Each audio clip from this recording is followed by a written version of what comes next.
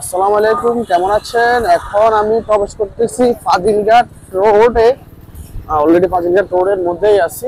এই রোডটা ধরে ফাজিলঘাটের ওইদিকে যাব। আর এই রোডটা কিন্তু প্রতিনিয়ত এরকম জ্যাম থাকে, কারণ জ্যাম থাকার উদ্দেশ্য হচ্ছে রোডটাতে অটোরিকশাগুলা বেশি যাতায়াত করে এবং কি এগুলা পার্কিংগুলো কিন্তু রাস্তার সাইডে দাঁড় করায় রাখার কারণে হয়। আর এখন জ্যামটা পাচ্ছে এই কারণে যে এখানে কন্ডিশনটা এদিক থেকে ওইদিকে নিতেছে।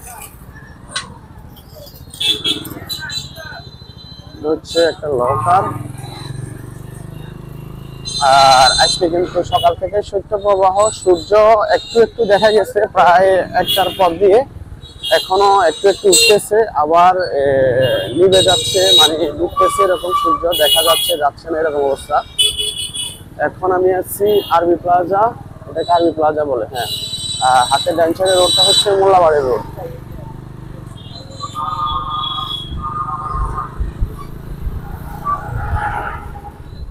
তো আজকে ভিডিওটি ধারণের উদ্দেশ্য হচ্ছে যে শৈত্যপ্রবাহ বা কুয়াশাচ্ছন্ন অবস্থায় যে ফাজিলঘাট রোডটা দেখতে কেমন। আর এই রোডের ভিডিও কিন্তু আমি আগেও দিচ্ছিলাম, আগে অনেকবার দিচ্ছিলাম, যে পূর্বের ভিডিওগুলো দেখে থাকলে আপনারা আসলে অনুধাবন করতে পারবেন যে বর্তমানে কি রকম অবস্থা, যে আগের তুলনায় কতটুকু উন্নতি বা অবনতি হয়েছে, এটাই একটু করে দেখানোর জন্য। আর আমরা এখন আছি ইউনিক হাসপাতালের সামনে। সামনে কিন্তু ইউনিক হাসপাতাল, এখানে কিন্তু আরো অনেকগুলো হাসপাতাল আছে, আয়শা জেনারেল, ঢাকা মা শিশু হাসপাতাল এরকম, আবার ইসলামিয়া শক্তি হাসপাতাল, সেন্ট্রাল ফিজিওথেরাপি। আর একটু সামনে হাতের বাঁ সাইডে দাসপাড়া রোড, এবং একটু সামনে হাতের বাঁ সাইডে দারুলিয়া গার্লস হাই স্কুল।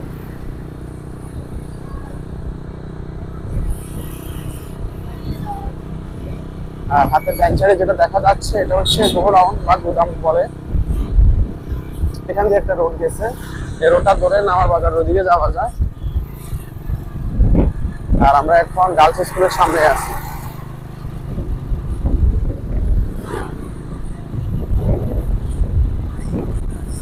আর একটু সামনে হাতের বাসের আরেকটা রোড গেছে, ওইটা হচ্ছে সরকারি হাসপাতালে যাওয়ার রোড।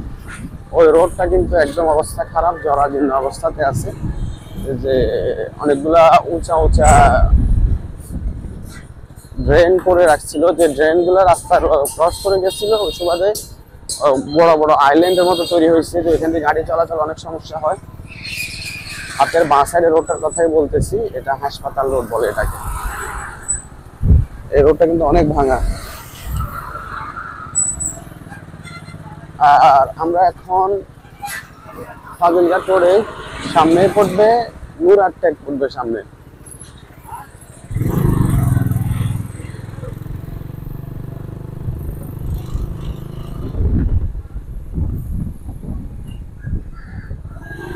আসিনি রিক্সা donation property Najibul and can't sold হচ্ছে। সামনে যে অটো রিক্সাটা দেখতেছেন, এটা একটা সংস্থা থেকে দান করছে, এই কারণে রিক্সাটা দেখতে আনকমন দেখা যাইতেছে।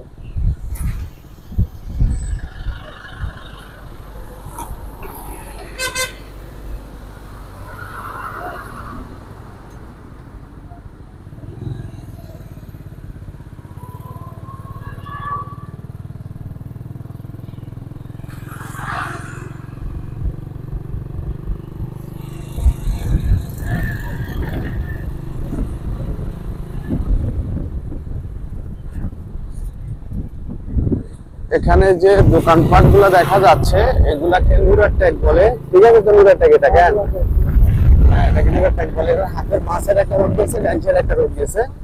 বাঁ সাইডের রোডটা ধরে ভূমি অফিস এই রোডটাতে পড়ে, এবং এই রোডটাতে মডেল মসজিদ হবে। এই রোডটা ফেনী নোয়াখালী রোডের সাথে সংযুক্ত হয়েছে, মানে ফেনী নোয়াখালী যে সড়কটা আছে ওই সড়কের সাথে।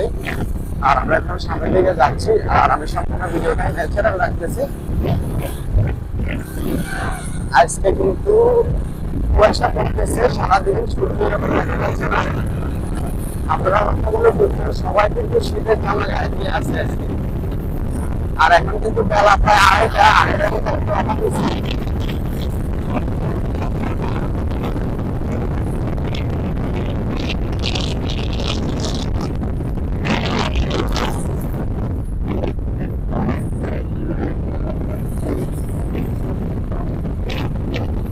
সামনে এখান থেকে হাতের ডান সাইডে রোডটা ধরে চৌধুরীহাটের ওদিকে যাওয়া যাবে। চৌধুরীহাট কিন্তু কোম্পানিগঞ্জের মধ্যে পড়ছে, মানে মহাখালী। আর আমরা যদি এখন ফেনীতে আছি দারুমিয়া বাজার আছে, আর সোজা রোডটা ধরে আমরা ফাজিলঘাটের ওদিকে যাবো। আর যে মোটা দেখতেছেন এটাকে কালামিয়া ট্যাঙ্ক বলে, মানে কালার ট্যাঙ্ক বলে বা কালামিয়া ট্যাঙ্ক বলে।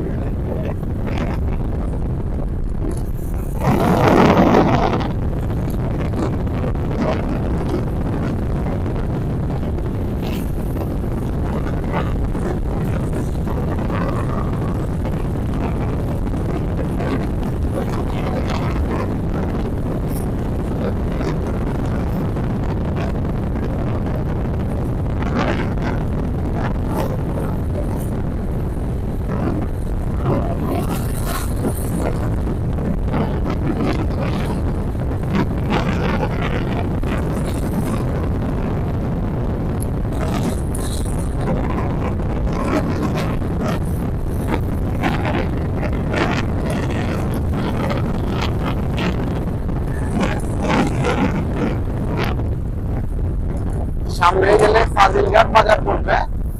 আজকের ভিডিওতে আমি ফাজিলঘাট পর্যন্ত যাব, তারপরে ভিডিওটা আমি শেষ করব। এবং ফাজিলঘাটের পরে কিন্তু দাগনভূঞা উপজেলা শেষ, সোনাগাজী শুরু।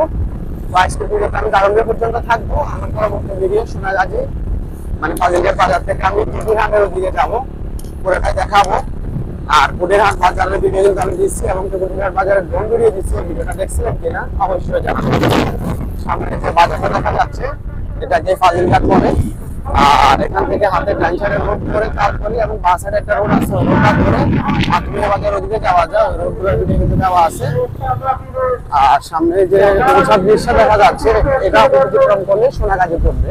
আর এটা হচ্ছে সরকারি পার্কিং। তো ঠিক আছে।